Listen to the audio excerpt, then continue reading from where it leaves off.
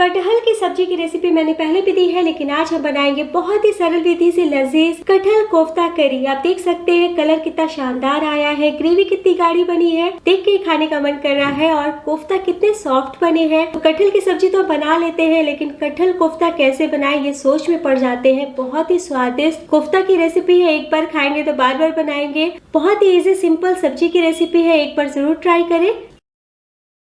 कटहल के स्वादिष्ट कोफ्ते बनाने के लिए मैंने लिया है 500 ग्राम कटहल। ग्राम में ये 750 ग्राम थे। छिलने के बाद हाफ केजी बचा है। 3 सीटी लगा के कुकर में उबाल लिया है ताकि समय की बचत हो। तो मीडियम साइज के छोटे कटहल थे के बीज बहुत ही ज्यादा सॉफ्ट होते हैं। देखिए, अगर आपके कटहल में बड़े बीज है तो बीज को पूरी तरीके से निकाल दीजिएगा, वरना मैश नहीं हो पाएंगे। सबसे पहले हम बाउल में डालते हैं उबले हुए कटहल। कटहल को उबालने के बाद मैंने स्ट्रेनर पे रख दिया था ताकि इसका सारा पानी निकल जाए। अब खल में डालेंगे हम 1 इंच अदरक, 2 हरी मिर्च और 6 से 7 लहसुन। इसे हम दरदरा सा कूट लेते हैं, ऐसे बहुत ही बढ़िया टेस्ट आता है। तो हमने कूट लिया है। अब इसे डाल दीजिए उबले हुए कटहल में। अब इसमें डालिए आधा कप बेसन बाइंडिंग के लिए। ग्राम में देखें तो 100 ग्राम बेसन। कम कटहल का आप कोफ्ता बना रहे हैं तो कम बेसन का इस्तेमाल करें। हमें उतना ही बेसन डालना है जितना में बाइंड हो पाए। 1/4 छोटी चम्मच काली मिर्च पाउडर,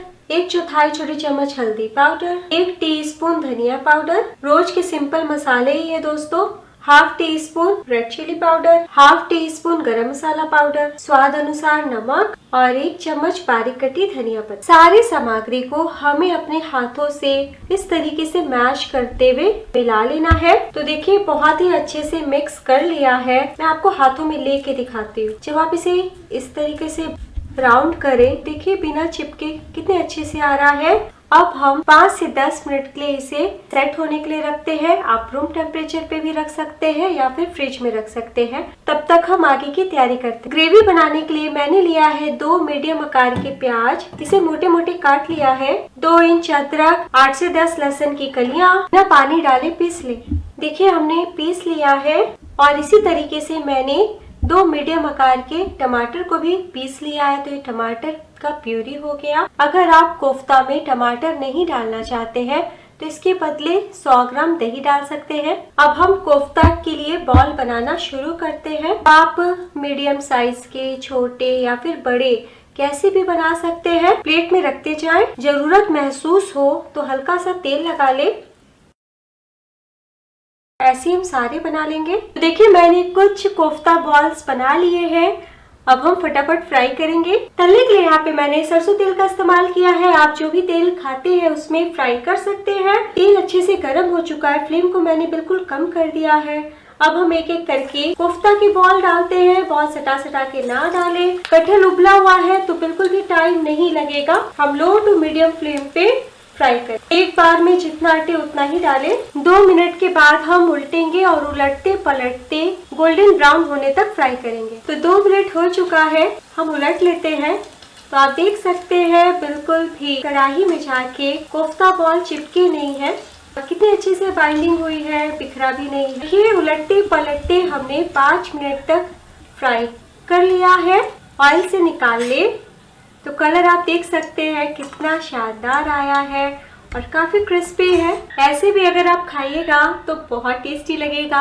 हम एक बाउल में निकाल लेते हैं। सारे कोफ्ते हमने फ्राई कर लिए हैं और ये जो तेल है इसे हम निकाल लेंगे। कढ़ाई में सिर्फ 5-6 चम्मच तेल छोड़ेंगे। अब तेल में हम कुछ साबुत मसाला डालेंगे। हाफ टी स्पून जीरा, 1 से 2 लाल सूखी मिर्च, 2 तेज पत्ते। कुछ साबुत मसालों का हमने इस्तेमाल किया है जिससे कोफ्ता का स्वाद दुगना हो जाएगा। तो 2 छोटे टुकड़े मैं दालचीनी का डाल रही हूँ। 1 मोटी इलायची लेकिन छोटी साइज की लिया है मैंने। थोड़ा सा जावित्री यानी मेस। अगर आप साबुत मसालों का तड़का नहीं लगाना चाहते हैं तो जब हम प्याज पीस रहे थे उस वक्त आप मसालों को पीस सकते हैं। 2 हरी इलायची, 3 लौंग। साबुत मसालों को अच्छे से तड़कने दें। आप देख सकते हैं कलर चेंज हो चुका है। अब हम इसमें डालेंगे कच्चे प्याज जो हमने पीसे थे। प्याज में काफी रस होता है, किनारों से डालें।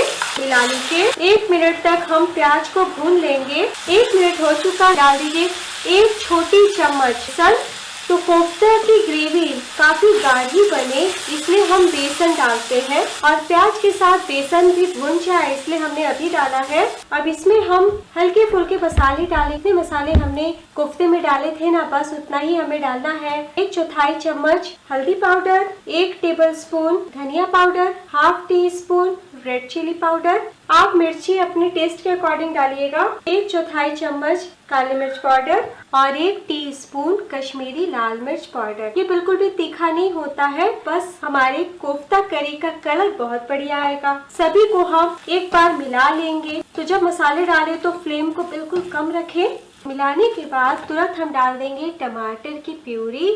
अब जैसे ही हम टमाटर डालेंगे साथ में डाल दीजिए स्वाद अनुसार नमक, मिला ले और थोड़ा सा पानी ताकि मसाले जो चिपके हैं ना वो सब मिक्स हो जाए और बिल्कुल भी ना जले। फ्लेम को कर दीजिए लो टू मीडियम और इस तरीके से हम चलाते हुए अच्छे से भूनेंगे करीब 5 से 7 मिनट। तो आप देख सकते हैं मसाला का कलर कितना अच्छा आ रहा है। और दोस्तों हींग डालना मैं भूल गई थी इसलिए अभी 2 पिंच हींग डाल रही हूँ, आप भी जरूर डालें। जब हम साबुत मसालों का तड़का लगा रहे थे ना तब आप डालिएगा। इसी तरीके से हम थोड़ा और भून लेते हैं। मसालों का कलर कितना बढ़िया आया है और जब जब आपके मसाले तले में चिपकने लगे ना तब 2-3 चम्मच पानी जरूर डालें और इस तरीके से मिलाएं और भुनाई अच्छे से करें। तो टोटल मैंने 10 मिनट तक मसालों को भुना है, बहुत ही अच्छी खुशबू आ रही है।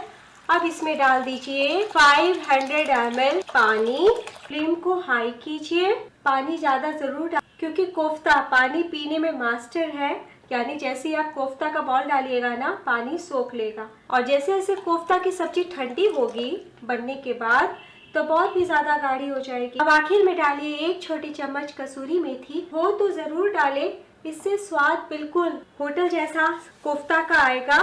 हाथों से मसलते हुए डालें। 2 से 3 मिनट के लिए हम करी को उबाल लेते हैं और जैसे ही उबाल आएगा फ्लेम कम कर देंगे। तो 5 मिनट तक हमने मसालों को पका लिया है और ग्रेवी देखिए गाढ़ी सी हो गई है, इसलिए मैं अभी 1 कप और पानी डाल रही हूँ। आपको भी जरूरत महसूस होना तो जरूर डालें। अब इसमें डाल दीजिए कोफ्ते। तो मैं आपको एक कोफ्ता हाथों में लेके दिखाती हूँ, बहुत ही ज्यादा सॉफ्ट है और एक बार तोड़ के भी दिखा देती हूँ।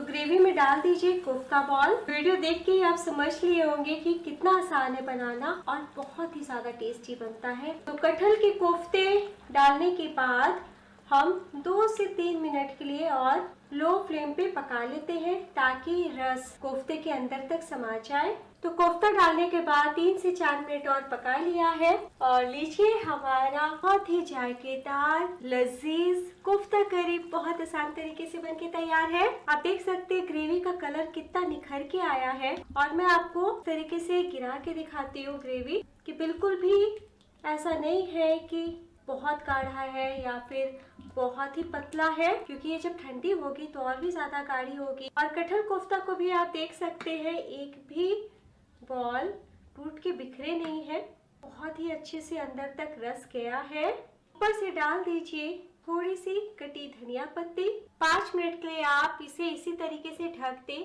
ताकि और भी अच्छे से कोफ्ता करी को पी पाए। मैं आपको अभी सर्व करके दिखाती हूँ, मैं निकाल के दिखाती हूँ। कलर आप देख सकते हैं और ग्रेवी भी देख सकते हैं। तो राइस हो, पराठा हो, सादी रोटी हो, सभी के साथ बहुत ही ज्यादा मजा आ जाएगा और जो खाएगा आपकी बहुत तारीफ करेगा। तो बहुत ही सरल विधि से स्वादिष्ट कटहल का कोफ्ता बनके तैयार है। आप एक बार जरूर बनाएं। वीडियो अच्छी लगे तो प्लीज बिना लाइक किए नहीं जाइएगा। तो मैं आपको काट के भी दिखा देती हूँ, देखिए कितना सॉफ्ट है।